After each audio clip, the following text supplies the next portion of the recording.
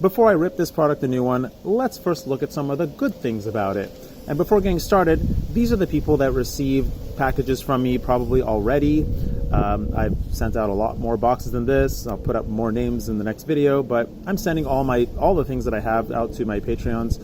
I really do appreciate them tremendously. I just can't even believe that I'm just so appreciative of them completely. Anyways, okay, let's first look at some DVR footage from this product to begin with. And the first thing we're gonna look at flying is this thing. This is a prototype Toothpick 3-inch class product from Nameless RC, and they've actually used a lot of the same products that I use, and they've set it up really nicely. This is a prototype, it's not complete. There's a lot of things that are gonna change about it.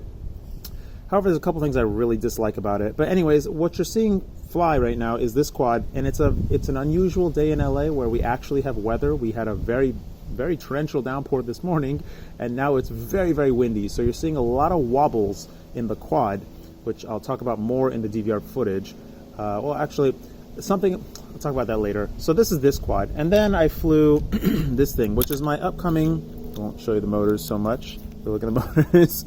Upcoming 1S 3-inch TP3 platform, which is about 50 grams all up weight, 48 grams all up weight, and it's out of batteries, but I just wanted to fly it because I had it with me to see how the DVR would handle that. Unfortunately, it was out of batteries.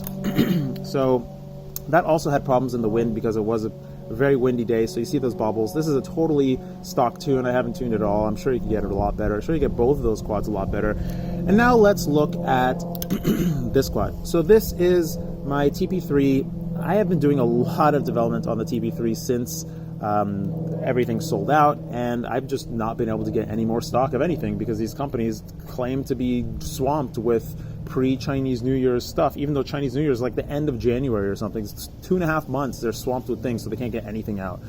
Anyways, there's a lot of things coming. I have finished like the re-evolution of the TP3 platform, which is going to be backwards compatible, and this thing performs freaking awesome. There's new motors coming, more props coming in different colors. Also, this antenna that you see on top of here, that is the Crossfire antenna that I have TBS actually making for me, although they won't condone it because they think it's a joke, and but hey, it works fantastic, so I'll take that joke and offer it to all you guys.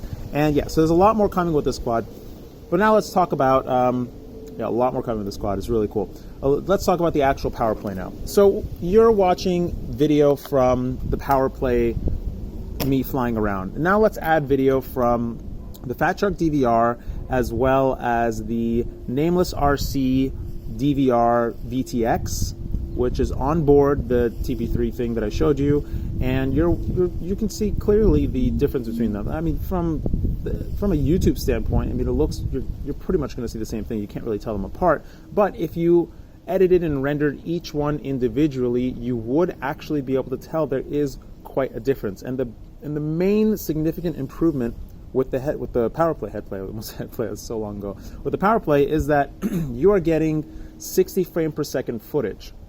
And so you saw some little wobbles in those other quads at the beginning. They had some light wobbles in them. In 60 frames per second, you can see those light wobbles exaggerated tenfold. And so the 60 frames per second is really fantastic for racing because you can see so much more information. And as far as I know, this is the only, at least this is the only 60 frames per second DVR that I have ever seen.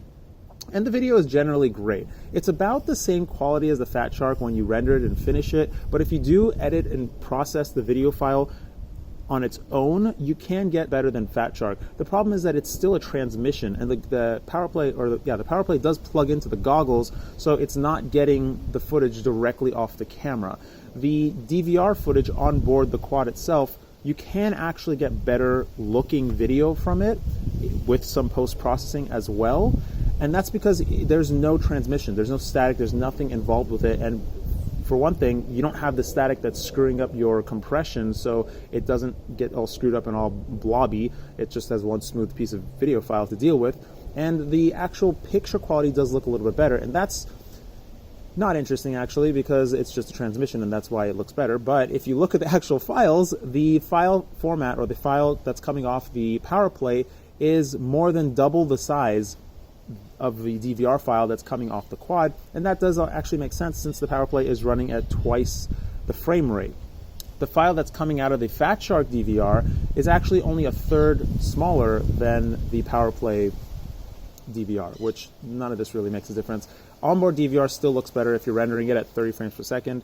The PowerPlay is far better than the Fat Sharks just because you get the 60 frames per second, and if 60 frames per second is really important to you for racing footage or whatnot, then this is a fantastic product for you because there is literally nothing else that you can buy that's as easy to use. But now let's take a look at the actual product. Let me explain to you why I actually like IRC a lot. I like them as a company. I mean, I don't really have a huge opinion of them, but my interactions with them have been great, and I do like the products that they make in general. There's some controversy around them, but hey, they're a company that at least makes some quality products. And in this case, I truly wish that they would have consulted anybody on this product, because there are a number of things that just do not make sense on this product that make me not want to recommend it, but there is nothing else on the market that can do what this thing does. So first and foremost, get a USB-C Type-C to charge it, which isn't really a big deal, but it's not micro USB, so it's not that great. Unfortunately, I left this thing plugged in for a day and a half, and the battery still wasn't charged. So I took the batteries out, and I threw them in my 18650 charger just to find that they were 70% charged. And so I charged them up, and these are not 18650s. These are 18500s, which is issue number one. I know that they intended this thing to go on your head,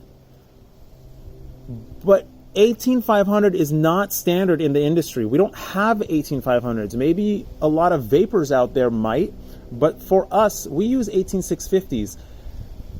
What's her name? FR Sky has already made this mistake in their X-Lite controller, and they went back and made it an 18650 and offered an 18650 like controller screw-on so that you can run 18650 cells. Lots of products out there use substandard cells. Just use 18650. I don't know why this is even a question in the industry. If you're going to use any batteries on board on a product that's not flying or driving, even ones that are flying or driving, use 18650. That is the industry standard, period.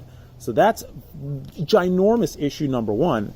The next issue is that I may have gotten some really shot cells, because these things don't last even half an hour on this thing.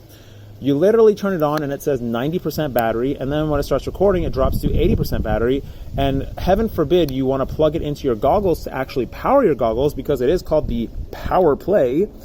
You can't, because I get a low voltage warning, and the PowerPlay says it's at 10% when I plug in my goggles. So it's essentially useless as a PowerPlay. They should just call it a barely play, because it doesn't really do that. That being said, the wiring harness it comes with, it is pretty nice. It comes with a long one and a short one. It plugs into the goggles for video out. It has a balance connector for the fan, which who knows why it's still not wired into the goggles themselves, and it has the power connector for the actual goggles themselves. The SD card slot on this thing is right between the two wires where you plug it in. That is an absolute PITA. You cannot reach the micro SD card slot. I don't know why Fat Shark and IRC now are just bent on making it impossible for you to access the SD card. It's just hilarious. And that being said, the DC out is only a DC out. It is not a DC in. So you cannot power this thing from an external battery. You have to rely on the non-standard internal batteries, which these seem to be really bad, or maybe this thing just draws so much power these cells can barely keep it afloat. Next issue, the buttons do not make any sense. Why is the power button also the menu button? On top of that, why is there a button to turn this thing on and off? There should be a switch, like I have discussed on so many other products. Maybe it's just a pet peeve of mine, maybe you're okay with it, but the fact that I have to hold this button to turn it off and turn it on, I don't even know when I have held it long enough for it to turn off. It doesn't. But anyways, this is also the menu button. You use the jog wheel to go up and down, and you can push the menu button again to go backwards, because once you get into the menu, then the menu button turns into a back button. And then you can set all your settings. The settings are fine. It does have some playback you can play back your videos. It also has some various recording features. I have let it sit on auto loop so that it always records when I plug everything in. That's fine. And the issue is that once you do get out of the menu, the jog wheel is also the start and stop recording button. Again, no idea why they couldn't just add 1 or 2 more buttons or make this a 4-way stick of some sort. It's just beyond me why no human uses this thing to just user experience, just not in this industry. User experience does not compute with people in this industry for some reason. Okay, all that being said, these are just my personal complaints. All in all, the product does work. The biggest issue is the battery, and I probably just got some really garbage cells. And a lot of times these companies include really, really trashy cells for their products just to include anything that can power it, which I would say save your money and make it cheaper and just have us buy the cells ourselves so that this sort of awful user experience does not happen. Do not cause this problem. It is very frustrating because now I have to go hunt for 18500 cells, which are non-standard. But more likely than not, I'm just going to hack this thing and solder some wires in there so that I can power it with a 2S battery, just like any other goggle or anything else. Why this doesn't have a power in so you can power it from a Fat Shark battery is, again, beyond me.